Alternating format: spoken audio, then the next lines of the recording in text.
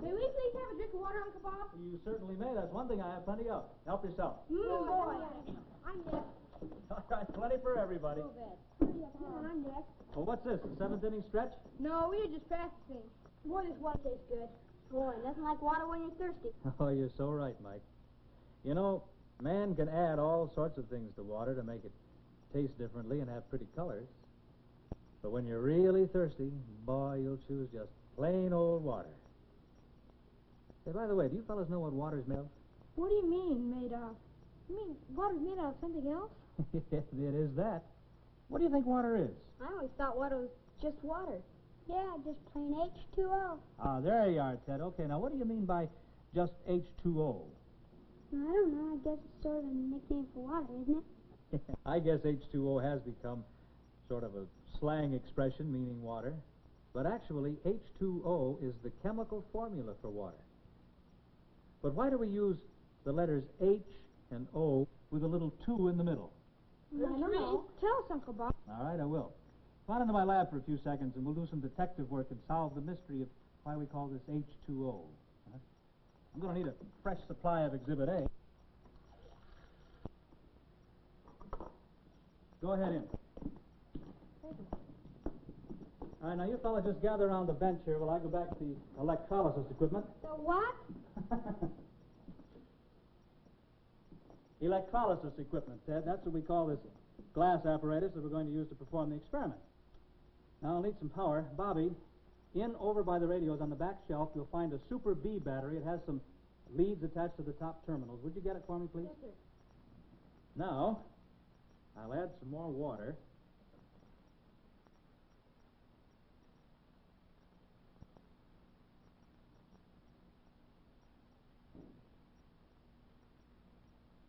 There. You want, Bob? Yeah, that's it, Bobby. Fine, thank you.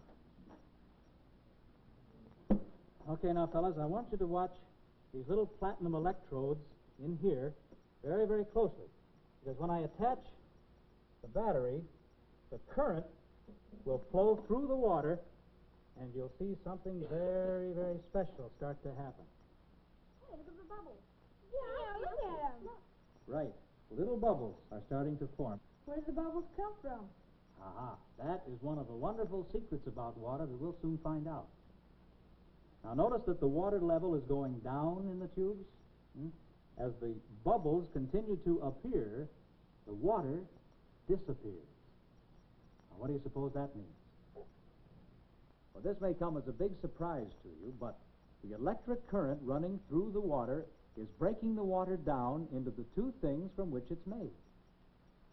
In other words, the water is being taken apart, and we're left with the two elements which used to be the water, two gases. Now, the bubbles of one gas collect in the top of this tube, and the bubbles of the other gas collect over here. So you see, fellas, water is really just a combination of two different gases. Wow. Two gases. I mean, water is just a couple of gases that are put together? Right, Bobby, that's it. But those gases must be put together in just exactly the right proportion. Now look at these tubes again. Do you notice any difference between them? Yeah, there's more water in one tube than there is in the other. Right you are, Ted. That means there's more gas forming in the top of this tube. And you'll notice there's twice as much gas in this tube as there is in the other one. But how do you know which gas is which? Now, that's a good question, Milton. Let's make a few tests, huh? Now, first of all, we'll let the gas out of this tube and see what happens. There, you see how that burns with a light blue flame? You have to look pretty closely because it's invisible. Well, we know that hydrogen burns with an almost invisible blue flame. Therefore, this is hydrogen. All right. Now let's test the gas in the other tube.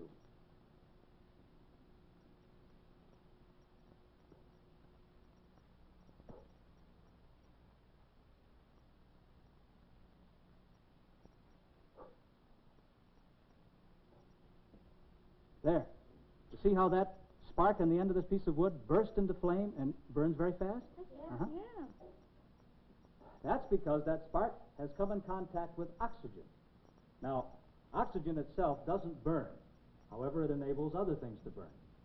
So, by this experiment, we know that water is made up of two gases, hydrogen and oxygen. Now,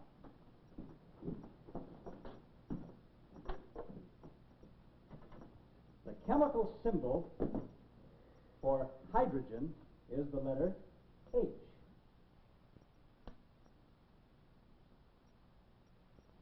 And to represent oxygen, the letter O is used. But we call it H2O. What does the little 2 mean?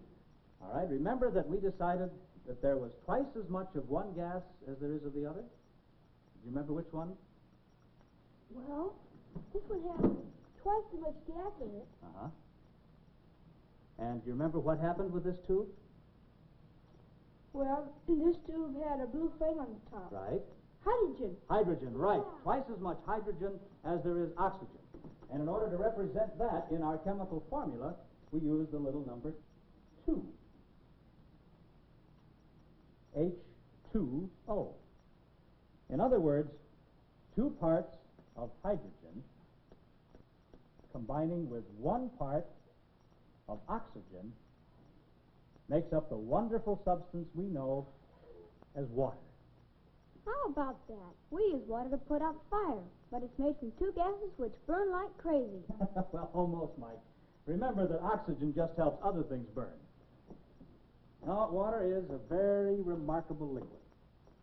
All life depends on it. And you know, water is a wonderful example of the Creator's great wisdom and careful planning. And the ways in which our water supplies are regulated and maintained is another remarkable story. You see, about 3/4 of the entire surface of the earth is covered with water. The rivers and the lakes and the oceans and the streams. But as you know, the snowflakes and the raindrops that are formed in the clouds above the earth are formed from water that is in the air. Rising from the surface of the oceans and lakes and rivers and streams are tiny particles of water, which usually are so small that you can't see them. Water in this form is called vapor. And the process by which water changes from a liquid to vapor is known as evaporation. Sometimes, however, this water in the air can be seen. And these particles are now droplets of mist. But whether you can see it or not, there is always water in the air. And under the right conditions, the water vapor will turn into a liquid. You can see evidence of this on a blade of grass or the petals of a flower. It all depends on the temperature and the amount of water in the air. The process of changing vapor to liquid is called condensation. The same thing is happening up in the sky when the clouds form. As the warm, moist air rises, it begins to cool, and the water vapor in the air condenses into little drops of water.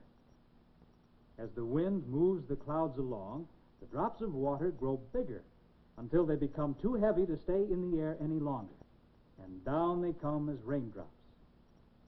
Or, when the conditions are just right, snowflakes are formed which fall silently to the earth, where they remain until the warm rays of the sun cause the snow to melt. Little drops of water form rivulets, and the water pours into streams that go rushing and tumbling down the hillsides. Finally, the water is sent splashing into irrigation ditches where it bubbles out to soak deeply into the ground. Here it is taken in by the roots of thirsty plants, plants that bring forth blossoms and fruit of every kind. The water freshens the barren earth, changing it into a land of plenty. Another way in which water serves our need is power. In olden times, water was used to turn water wheels to grind the grain and cut the lumber. Today, the old water wheel is gone. But the power is still there, turning modern water wheels. The huge turbo generators that change that water power into electrical energy. Energy sent along wires to places where man puts it to work in thousands of different ways every day. And when the day is over, the power from the water lights our homes and our cities. You know, I never thought about water that way before. Neither did I. I just drank it and forgot it. Yes, I guess most of us never stop to realize what God has done for us by giving us water. We don't appreciate how much this common, ordinary substance means to us. We're so used to it, we just take it for granted. But it helps grow the food we eat. It provides electricity and steam for power. We use it to keep things clean. We boil things in it to sterilize them and prevent disease. We drink it. We skate on it. And we swim in it. We make snowballs out of it. We use it for cooking. And we keep things cold with it. Yes, water is essential to all life. Without it, there would be no grass or trees or any living thing. For without water, you and I wouldn't be alive right now. You know, it makes a person feel very, very grateful for water. Two colorless, tasteless, odorless, invisible gases combined in just exactly the right way to give us this wonderful, life-giving liquid. Just plain old H2O.